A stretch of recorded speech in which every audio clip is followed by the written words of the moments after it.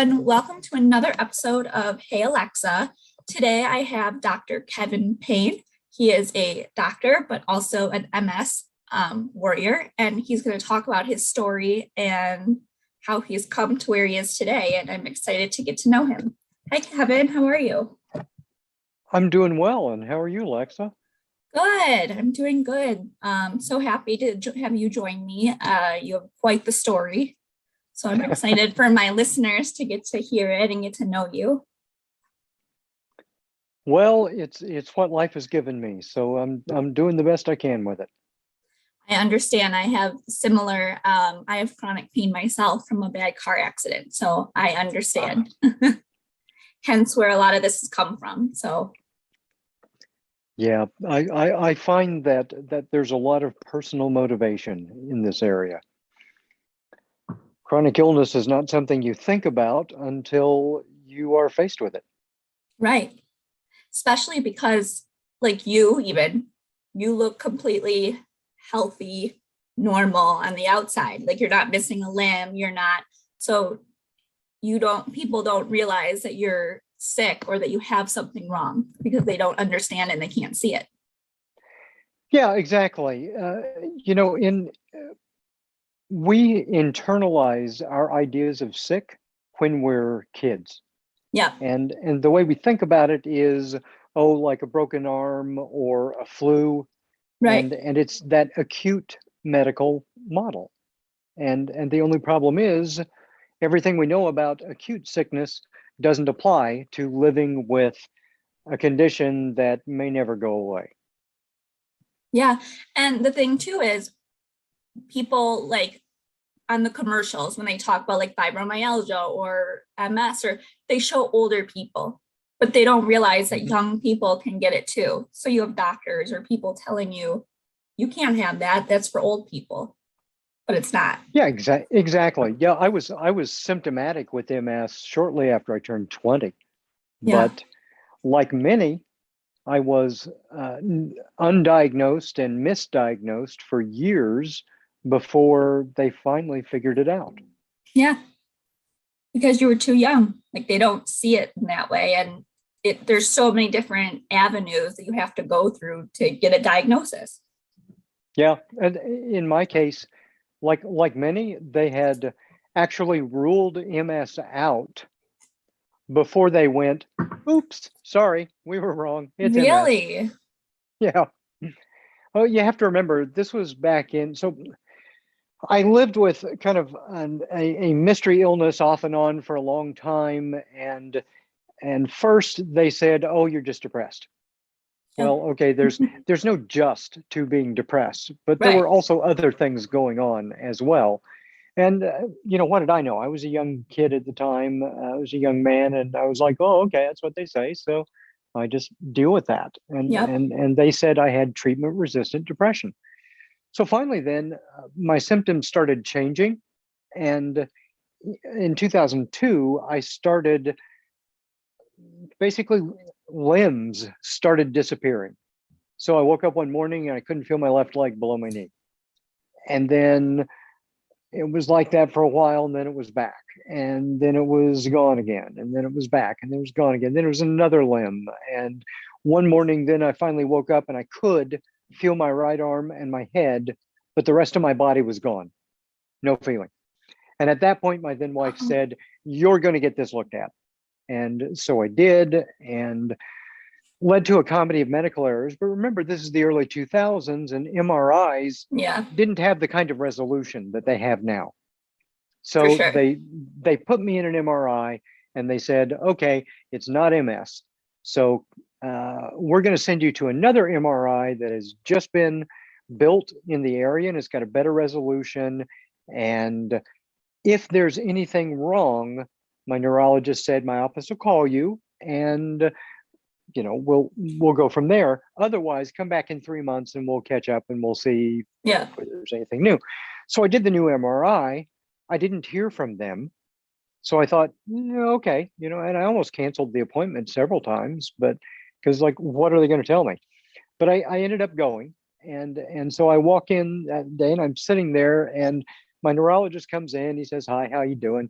And he starts flipping through my file, which tells you how long ago this was, because it wasn't an EMR, right? So he had this big, thick paper file, and he goes a few pages, and he stops and he does a wild-eyed double take at my file. You never want your neurologist to do a Yeah, wild-eyed no. double take at your file. And then he looked up at me and he said, "Oh my goodness, I've got to go check on a few things. I'll be right back." And he whisked out of the room. So I'm just sitting there. And it was like the longest 5 minutes of my life to that Yeah. point. And a few minutes later, he came back in and he looked sort of dejected and he slumped back across from me and he began, "I'm so sorry." Ooh, you Okay, don't want to hear that that's either. another thing. Yeah, your neurologist, you never want to hear from your neurologist. He said, "Yeah, after my office should have contacted you with the new data from the new MRI. There's no doubt that it's MS and it's been in your system for a long time." So And it's that not was a like it is, shock. and it's not like it is today where you would see your chart online where you can get your own test results. So you wouldn't Mhm. even, so back then you couldn't do that either. No, literally, he sent me home from that meeting with a big, thick file of giant MRI slice negatives so that I could share them with other physicians if I wanted to. I still have them. Really? Hmm. That's so crazy. It's so crazy, like the jump from how it's gone from back then till it is now. Like even in the Yeah, last 10 years, like it's been a huge difference. truly. And that far back, they didn't even understand quite what was causing MS at the Right. time. They didn't know that it was an autoimmune condition at the Yeah. time. So we have come a long way in our understanding. So from when that point on, when you found out that it was MS, what was your Mhm. next steps? Like, did you feel at least somewhat relieved that you had something to go by, Most or definitely. Yeah, most definitely. I mean, yeah, I'm a scientist. So yeah, more information, more data are better. yeah, And then I had a name that I could put to all the weirdness, and I could look at the medical signs and symptoms from the diagnostic criteria, and I could say, "Oh, okay, this is what I'm dealing with." And like yeah, for me, my baseline symptoms are I'm always medically fatigued, I'm always in pain, I'm always cognitively foggy, yeah, and those are just like table stakes for starting the day. And then I right, have 30 other symptoms or so that come and go to various degrees. So, as you say, most of the time I look healthy and yeah, and I can quote unquote pass as healthy right, usually until I get toward the end of the day. And okay, then as I get more and more tired, balance issues and vertigo will start yeah, happening and I have a difficult time getting around. I will get more numbness. I'll have more spasticity toward the end of the okay, day. So, I get more impaired as I go along. yeah, okay. So then, like by later, you can kind of see that there's something going on. Yeah, I purposefully don't have the kind of nightlife that I used to have. Yeah, that's a good thing, though. At least you're taking care of yourself, I should say. Yeah, sleep is one of those things that we tend to dismiss, but I am an enthusiastic fan of good sleep, especially because when I get a good night's sleep, the best I'm going to be doing the next day is medically tired. Right. And that I'm never going to be fully awake. I haven't been fully awake in the 21st century. It just doesn't happen. Yeah. So my goal is to be only fatigued and not exhausted by the end of the day, That, because yeah. those are medically very different categories. Yeah. No, it makes sense. Um, One thing that was in your bio, though, that you Mhm. have been able to do, and I'd love to hear about how this came to be, is you skydived. I am an enthusiastic skydiver. I've logged 600 jumps now, got all the licenses, got my coach rating, and so rewind a little bit. As a little kid, I was fascinated with the idea of skydiving, and I wanted to be a skydiver. So I'd make my own parachutes and I'd climb as high as I thought I could survive jumping, and I'd give it a shot. And I bent myself up pretty good, but didn't generally break myself too badly.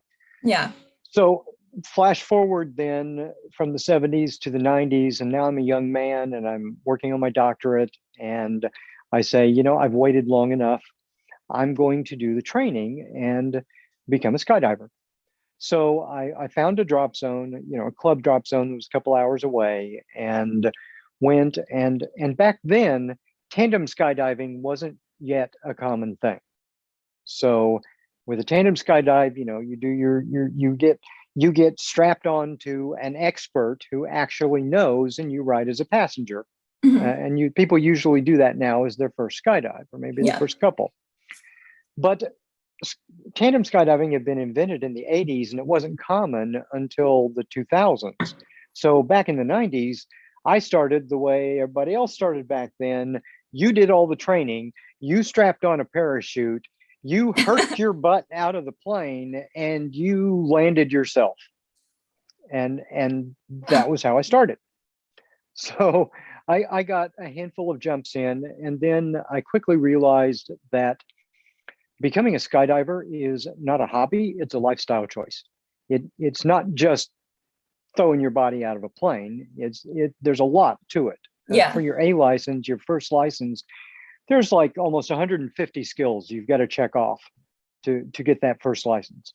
Oh my God. So, I didn't even realize. I thought you could just do it if you wanted to and call it a day. I didn't know. No. I mean, it takes a lot of effort, a lot of training, thousands of dollars to get your first license. And there are 4 licenses. They go up to, at 500, you get your 4th license, and that's your D license. And so I went through all that. I got my coach rating so I can help teach people as well. But, a lot of life got in the way. So I career and family and kids, and then MS. And, there was a point where I gave up on ever going back to this childhood dream. One day you started before you knew about I MS. Knew I had MS. Yeah. Oh, okay. So I had, I had 13 jumps when I came back in 2019. Okay. But I had a 20-year gap in there. So I had really hit bottom. My life had completely come apart. I had had some exacerbations where I was primarily dealing with cognitive symptoms. And that's one of the things that people really don't understand about MS. People tend to think, oh, isn't that one that puts you in a wheelchair? Well, yeah, I can, but most of us don't end up there anymore. And there, anything, because it's attacking our central nervous system, anything we think, feel, do, is fair game for the symptoms. So I was dealing with this, and at the time I had, I'd been a professor for 15 years. I'd spent a decade supporting a wife with an advanced cancer, and my life had completely come apart. So I'd left the academy, been a startup tech entrepreneur, and then suddenly, boom, my brain goes. So my whole life blew up. My wife and kids decided that this was more than they needed to deal with, and they left. And so I'm on my own, and my career is just completely blown up, and I don't see a way forward. I literally cannot see a path from where I was then to any kind of life that I was interested in living. Right. So I'd given up. And one day then my son, who was a teenager at the time, said, Dad, you really suck at doing things for yourself. And that was kind of soul crushing to hear, although I knew he was correct, because I had spent so many years just trying to shepherd everybody through, being a 1-income family of 4, and trying to shield them from what was going on with their mother and all of that stuff. and putting myself on the back burner and not doing all the things that my professional training tells me I should be doing. Right. So Exactly. So, I was in really bad shape, and I decided that I was going to give myself literally one last shot, and I was going to reclaim something that I had treasured in my life that I had given up on. So I said in 2019, I'm going to go back and I'm going to get a license and I'm going to become a skydiver. So normally it takes 25 jumps to get your license, your A license. It took me 47 because I had some massive issues figuring out how to control my legs in free fall. Yeah. but I kept at it. My Sky family, which is what skydivers call one another, at the drop zone really rallied behind me. Everyone worked to help me. I did a lot of extra time in the vertical wind tunnels to try to figure out what was going on with my legs. Yeah. And I got the A license. I logged about 140 jumps in 2019. So I got my A and my B license and did that. So in 2020, I said, I'm going to set myself a really serious goal. I'm going to complete everything. I'm going to cross 500 jumps. And what that meant was I committed to logging at least one jump a day, every day for the entire year. Okay. So I logged 370 jumps in 2020. Even with COVID? Even with COVID. That's incredible. Everybody else was huddled up and I was screaming through the sky. That's amazing. Well, terminal velocity is faster than a virus. So, and you're on your own basically anyway. So yeah, exactly. So I did. I managed to do that. But the important thing here is that it wasn't just about reclaiming a childhood dream. For me, my biggest fear was that I had become afraid of my own body. Yeah. Because my body had betrayed me so many times. Yeah. So I decided I would rebuild my confidence from the ground up by putting myself in a position where every day I had to either save myself literally or die. Yeah. And that is, kind of nuts on the outside of it, but I'm a little dense and I needed serious confidence because I needed the confidence to finish the book, to build the company, to build the technology and, all that stuff. And those were big goals. Yeah. But I needed to build something meaningful with all of my expertise and with all of the experience that I had gathered, both diagnosed and as a caregiver. So if you look at the image that's on the cover of this book, it took us 8 jumps over 6 weeks to get that exact image, because that's exactly what I wanted on the cover of this book. People say, don't judge a book by its cover. No, this is the story of the book. Yeah. And the reason why is I'm at 5,000 feet, headed to the earth at 120 miles an hour when this picture is taken. That means I have 27 seconds left to live unless I do something. I mean, let that sink in. So what I'm doing here is I've got my hands up to my forehead and I'm about to sweep them out in a broad gesture. And for skydivers, that's called the wave off.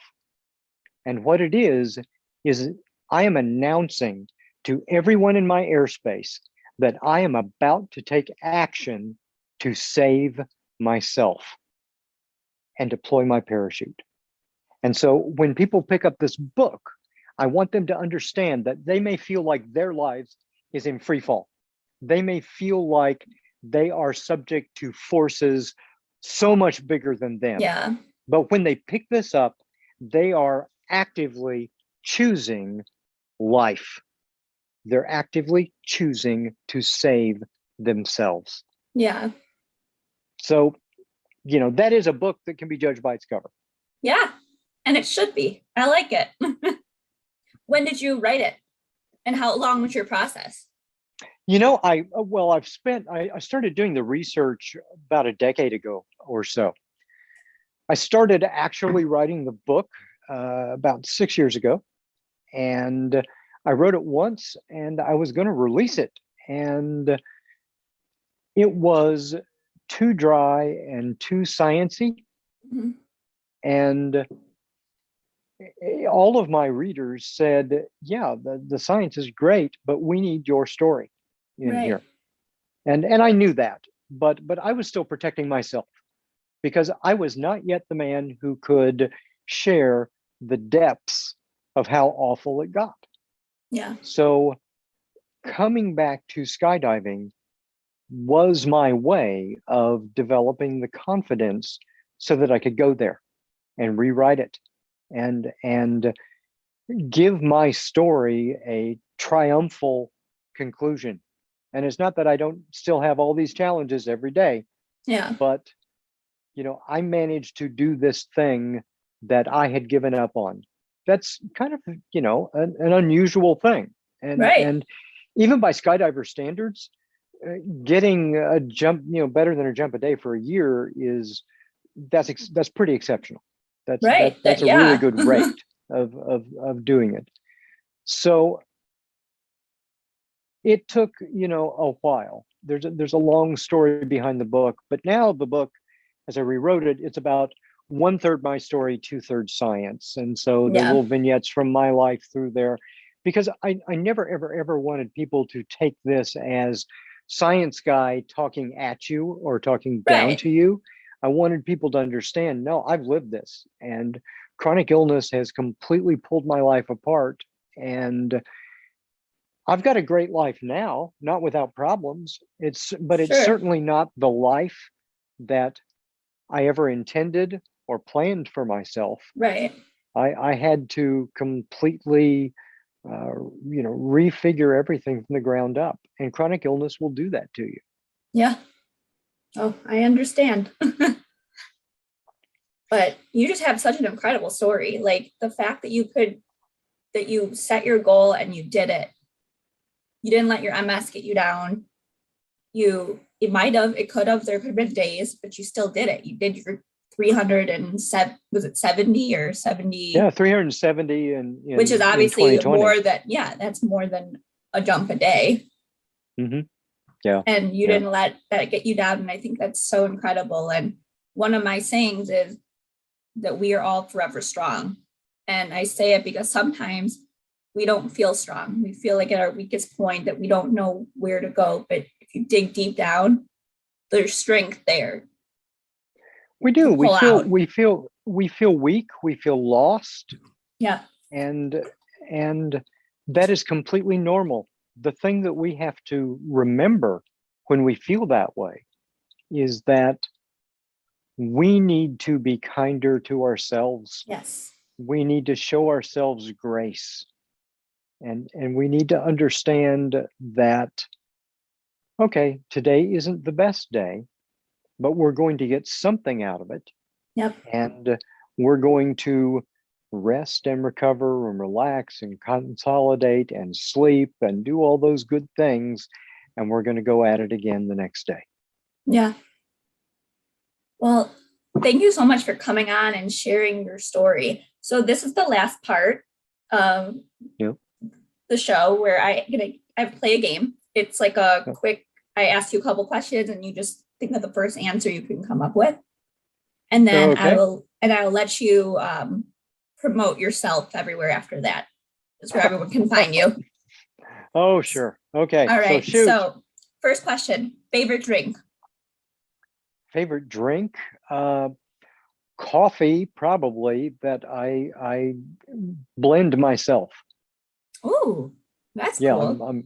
I'm a serious coffee hound, and That's I cool. I use 4 or 5 different kinds of beans, and 2 of them are espresso beans. So I Whoa. make nuclear fuel coffee. Oh my gosh. Oh, that's crazy. Favorite TV show? Ooh. There's some good ones. We're probably living in a new golden age of television, and it's largely because of streaming. Yeah. So, wow, what have I enjoyed recently? I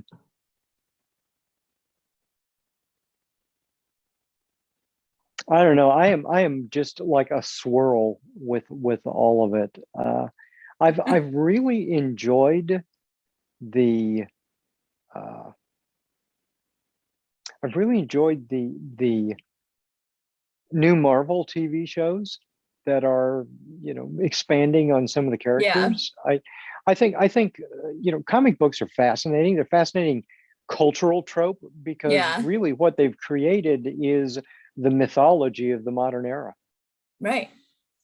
See, I love like Riverdale. So that's Archie comics. Oh yes, yes, yes, yes. Boy, I watched a few episodes of that and I was like, wow, this is so not the Archie comics Right. I It's grew up so with different. Yeah. 50 years ago. What is a piece of advice that you would give your younger self? Let go of your expectations. That's a good one. That's actually really good. Describe yourself in 5 words.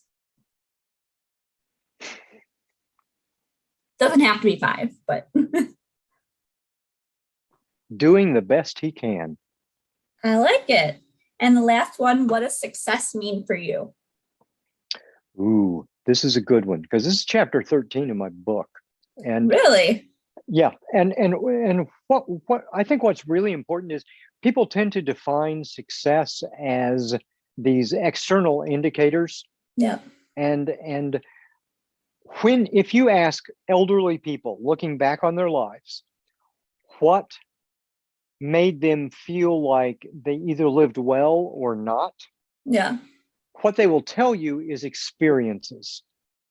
And so what that means is we need to regularly collect experiences that make us feel in a particular way. And that Right. is happy, satisfied, functional, engaged, meaningful, and secure.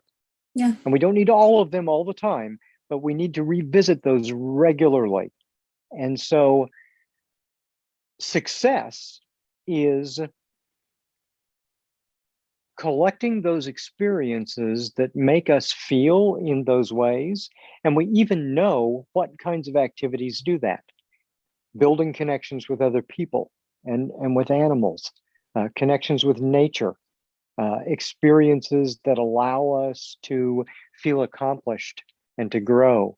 Yeah. I mean, those are what we need to do. So I think it's successful when I do some of those kinds of things every day. I like it. And now here's the time that you can share whatever you want, and I'll put links of everything in the description for people to come like see your book or whatever. Sure. I'm not going to beat everybody over the head with it. I've tried to make it really easy. If you go to yourlifelivedwell.co, then there's links for the book, links for my podcast, links for seminars and webinars that I offer, my social connections, all of that stuff. So go to yourlifelivedwell.co, sign up for the list if you want, and you get discounts and other stuff. And it's all fun because everything I do is about trying to help those diagnosed, loved ones and caregivers, and medical health, therapeutic, wellness, fitness professionals live better with chronic illness. Well, thank you so much for coming on today. I so appreciate it, and I loved hearing your story, and I hope my listeners did too. This was another episode of Hey Alexa. I'll talk to you guys next time. Bye.